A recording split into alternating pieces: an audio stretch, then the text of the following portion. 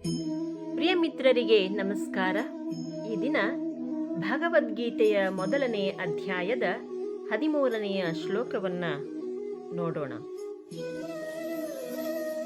ತತಃ ಶಂಖಾಶ್ಚ ಭೇರ್ಯಶ್ಚ ಪಣವಾನಕ ಗೋಮುಖಾಃ ಸಹಸ್ರೈ ವಾಭ್ಯ ಹನ್ಯಂತ ಸಶಬ್ದ ಸ್ತುಮುಲೋಭವತ್.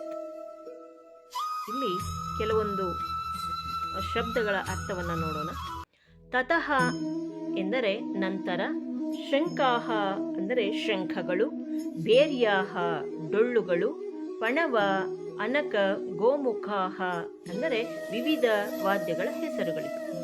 ಸಹಸ ಅಂದರೆ ಏಕಕಾಲದಲ್ಲಿ ಅಂತ, ಅಭ್ಯಹನ್ಯಂತ ಎಂದರೆ ಬಾರಿಸಲ್ಪಡುವುದು. ತುಮುಲಹ ಶಬ್ದ ಅಂದರೆ ಗದ್ದಲದ ಶಬ್ದ. 12ನೆಯ ಶ್ಲೋಕದಲ್ಲಿ ನಾವು ಗಮನಿಸಿದ್ದು ಭೀಷ್ಮಾಚಾರ್ಯರು ಶಂಖನಾದವನ್ನ ಮೊಳಗಿಸಿದ್ರು ಅಂತ ಹೇಳಿ, ಅವರ ಆ ಒಂದು ಶಂಖನಾದ ಮೊಳಗಿದ ಕೂಡಲೇ ಇನ್ನಿತರ ಈ ಎಲ್ಲ ವಾದ್ಯಗಳು ಕೂಡ ಘೋಷವನ್ನ ಅಂದರೆ ಬಾರಿಸಲ್ಪಡೋದಕ್ಕೆ ಆರಂಭ ಆಯಿತು. ಇದರ ಸೂಚನೆ ಏನಪ್ಪಾ ಅಂತ ಹೇಳಿದ್ರೆ ಯುದ್ಧದ ಆರಂಭ ಅಂತ.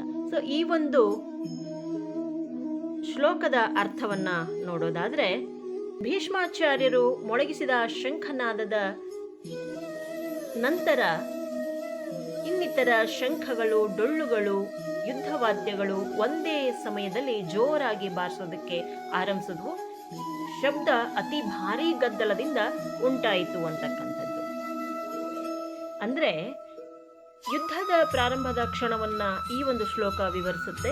ಕೌರವರ ಸೇನೆ ಯುದ್ಧಕ್ಕೆ ಸಿದ್ಧವಾಗಿರುವುದರ ಜೊತೆಗೆ ಎಲ್ಲ ವಾದ್ಯಗಳನ್ನು ಒಟ್ಟಿಗೆ ಬಾರಿಸುವುದು ಈ ಒಂದು ಶ್ಲೋಕದ ಸೂಚನೆ.